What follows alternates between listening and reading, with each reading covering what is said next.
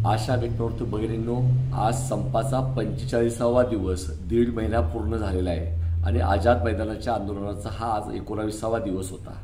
विधानसभेचं अधिवेशन सुरू आहे। आज अर्थसंकल्प मांडण्यात आला। आपल्या सगळ्यांना आशा होती, परंतु अर्थसंकल्पामध्ये समावेश आपल्या मागण्यांच्या बाबत करण्यात आलेला नाही। परंतु आज आपल्याला या व्हिडिओद्वारे मी सांगू इच्छितो, आज दिवसभराचा जो काही क्रम आहे तो आपल्यापर्यंत पोहोचवला पाहिजे, यासाठी मी आपल्याला या व्हिडिओद्वारे काही माहिती आपल्यापर्यंत देण्याचा प्रयत्न करत आहे।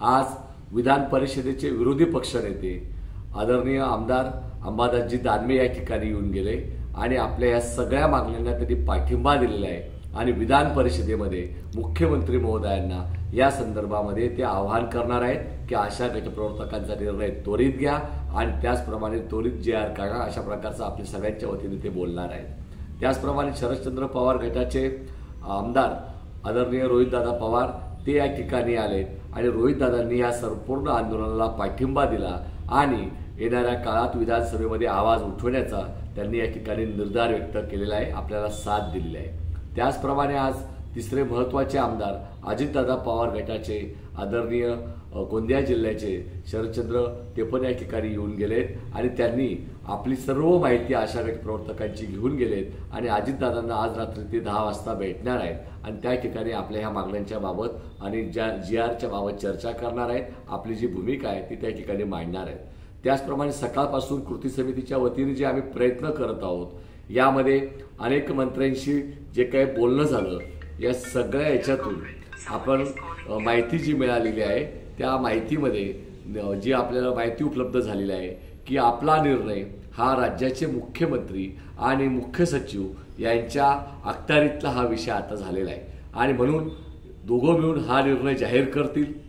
अजितदादा विधानसभेत काल काय बोलले या सगळ्या गोष्टीकडे आपल्याला विचार न करता जे आपल्याला राज्याचे मुख्य सचिव डॉक्टर नितीन करीर यांना जे कृती समिती गेल्या गुरुवारी भेटून आम्ही चर्चा केली होती, त्यांनी जे आपल्याला आश्वासित केले की 3 कॅबिनेट मंत्रिमंडळाच्या बैठकीत आणि अधिवेशनामध्ये निर्णय अपेक्षित आहेत। म्हणून अधिवेशनाचा उद्याचा दिवस आणि परवाचा दिवस अजून बाकी आहे।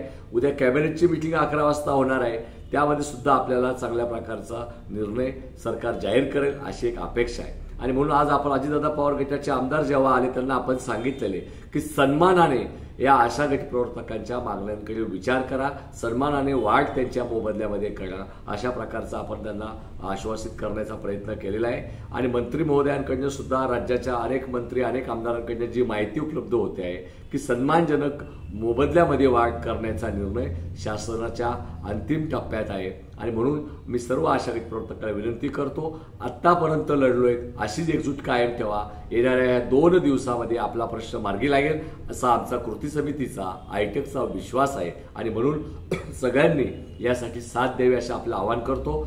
उद्या नागपूरमध्ये सुद्धा मोठं आंदोलन आयटेकच्या वतीने करण्यात येत आहे। त्याचप्रमाणे नाशिकमध्ये काही आंदोलन सुरू आहे। मुंबईच्या आझाद मैदानावरती आपल्या भगिनी ठाण मांडून बसलेल्या आहेत। आज दिवसभर 2000पेक्षा 2500पेक्षा अधिक गटप्रवर्तक अशा या ठिकाणी सहभागी होतात। आयटेकच्या वतीने त्यांना आज जेवणाची व्यवस्था करण्यात आलेली होती आणि येणाऱ्या काळात आपला अतिशय महत्त्वाचं योगदान या आंदोलनामध्ये राहणार आहे। प्रत्येकाला अभिमान वाटेल अशा प्रकारचा तुम्ही लढतायत, संघर्ष करतायत। सर्व लढणाऱ्या भगिनींना आशा गटप्रवर्तकांना मी आवाहन करतो, अशीच एकजूट कायम ठेवा। येणारे 2 दिवस महत्त्वाचे आहेत, सगळ्यांनी सहकार्य करा आणि मला सांगायला आनंद वाटतोय की कृती समितीने पाठपुरावा करत संभाजीनगरमध्ये जी कार्यवाही झाली होती, आशांना कार्यमुक्त केलं होतं, ती कारवाई सुद्धा मागे घेण्यात आलेली आहे। हा आपला एकजुटीचा विजय आहे। म्हणून कोणी न घाबरता आपण आपला हा संप लढवूया, लवकर चांगली बातमी येईल अशा प्रकारचं आपण अपेक्षा आहे। मुख्यमंत्री महोदय, राज्याचे मुख्य सचिव लवकर JR काढा असं आपल्याला पुन्हा या व्हिडिओद्वारे आवाहन करतो। हा व्हिडिओ आपल्या सगळ्या आशा गटप्रवर्तकांना पोहोचवावा। राजू देसले नाशिक या नावाचं जे चॅनल आहे ते आपण सबस्क्राईब करावं आणि आपल्यापर्यंत येणाऱ्या सर्व माहिती देण्याचा प्रयत्न आपण करणार आहोत आणि म्हणून आपली एकजूट कायम ठेवा। कृती समिती आपल्याला पूर्ण विश्वासाने हा विजय लवकर आपण संपादित करणार आहोत, इतकंच मी आपल्याला आवाहन करेल। असेच लढा, एकजूट कायम ठेवा। सर्वांना जय शिवराय, जय भीम, लाल सलाम। एकजूट कायम ठेवा। आशा गटप्रवर्तक एकजूट जिंदाबाद।